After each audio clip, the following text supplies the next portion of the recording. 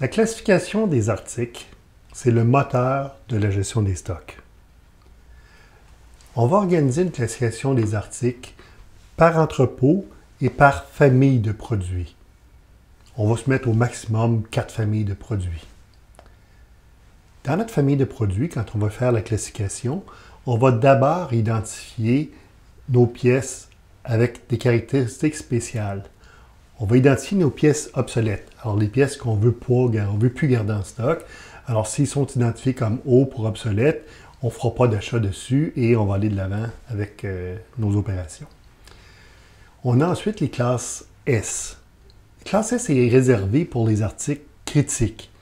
Alors, qu'est-ce qui fait qu'un article est critique? Ça peut être une pièce de maintenance qui peut arrêter toute l'usine de fonctionner. Ça peut être une pièce importante dans notre activité de distribution.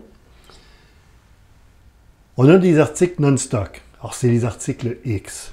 Alors, je garde de l'historique dessus, mais je ne veux pas les avoir en stock. C'est mes X.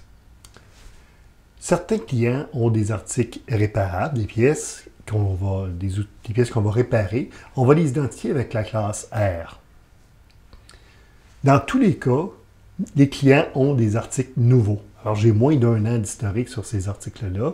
C'est particulier, ça demande une gestion manuelle très serrée de ce qui se passe avec les articles N.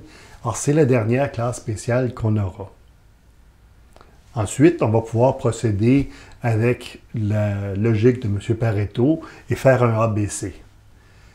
Pour nos pièces A, on va regarder soit la fréquence de consommation, alors les articles qui représentent 80% des sorties de stock dans l'année, ou les articles qui représentent 80% de la valeur de consommation. Avec les B, on va aller chercher le 80% sur l'autre paramètre, que ce soit la fréquence de consommation ou les dollars de consommation. Alors avec nos A et nos B, on est capable de couvrir à la fois 80% des sorties stock et 80% de la valeur de consommation.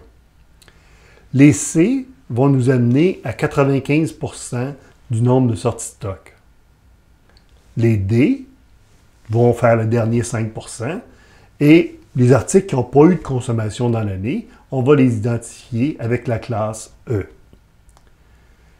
La classification va être au cœur de tous les processus de gestion de stock dans notre entreprise. C'est le moteur.